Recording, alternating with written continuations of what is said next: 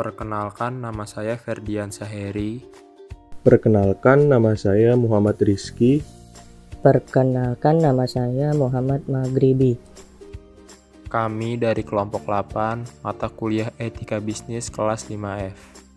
Di sini kami akan mempresentasikan hasil diskusi kelompok kami tentang pelanggaran etika bisnis pada perusahaan geprek bensu kepada perusahaan ayam geprek bensu.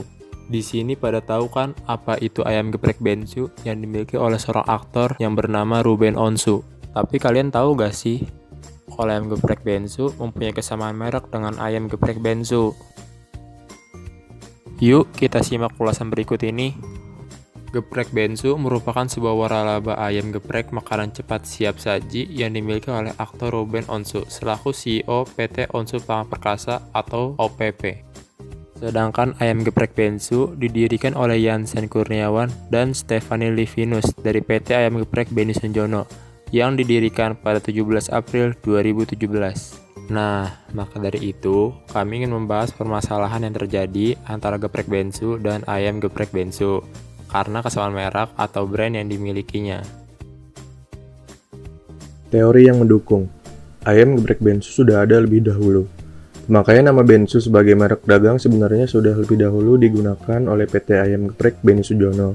Bensu merupakan singkatan nama dari pemiliknya, Beni Sujono, yang mendirikan usaha ayam geprek dengan nama Ayam Geprek Bensu. Dua pengusaha dari PT Ayam Geprek Beni Sujono, Jansen Kurniawan dan Stephanie Livinus, mendirikan Ayam Geprek Bensu pada bulan April 2017. Mereka meminta Jordi Onsu sebagai manajer operasional. Jordi lalu menawarkan sang kakak, yaitu Ruben Onsu, menjadi duta promosi yang akhirnya disetujui oleh pemilik. Ruben Onsu mendirikan geprek bensu. Usai ditunjuk sebagai duta promosi, Ruben Onsu meminta satu karyawan untuk dipekerjakan di bagian dapur sekitar Agustus 2017. Ruben mengajak karyawan itu bergabung di bisnis ayam gepreknya sendiri, yang diberi nama Geprek Bensu. Kemudian suami Sarwinda ini melarang pihak Jansen menggunakan nama bensu pada bisnis ayam geprek bensu. Etika bisnis yang dilanggar. Prinsip saling menguntungkan. Pada dasarnya, seseorang melakukan kegiatan bisnis untuk mencari keuntungan semaksimal mungkin. Di samping kita pun harus memenuhi dan menyediakan barang dan jasa bagi para konsumen.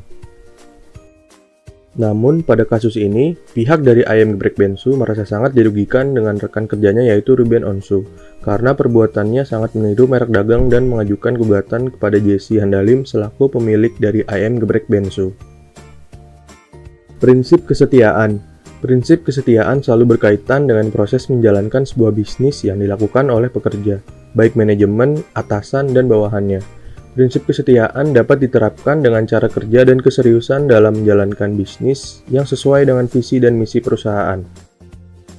Dalam hal ini, Ruben Onsu melanggar prinsip tersebut, karena pada awalnya Ruben Onsu telah diberi kepercayaan oleh Ayam Geprek Bensu sebagai duta promosi atau brand ambassador, dan juga Ruben Onsu telah melakukan penarikan karyawan yang ia rekomendasikan sebelumnya kepada Ayam Geprek Bensu untuk bergabung dengan usaha yang dibangun sendiri oleh Ruben Onsu, yaitu Geprek Bensu. Undang-undang yang dilarang berdasarkan hukum yang berlaku di Indonesia saat ini, yakni Undang-Undang Nomor 20 Tahun 2016 tentang merek dan indikator geografis. Pasal 3 menyebutkan bahwa hak atas merek diperoleh setelah merek tersebut terdaftar.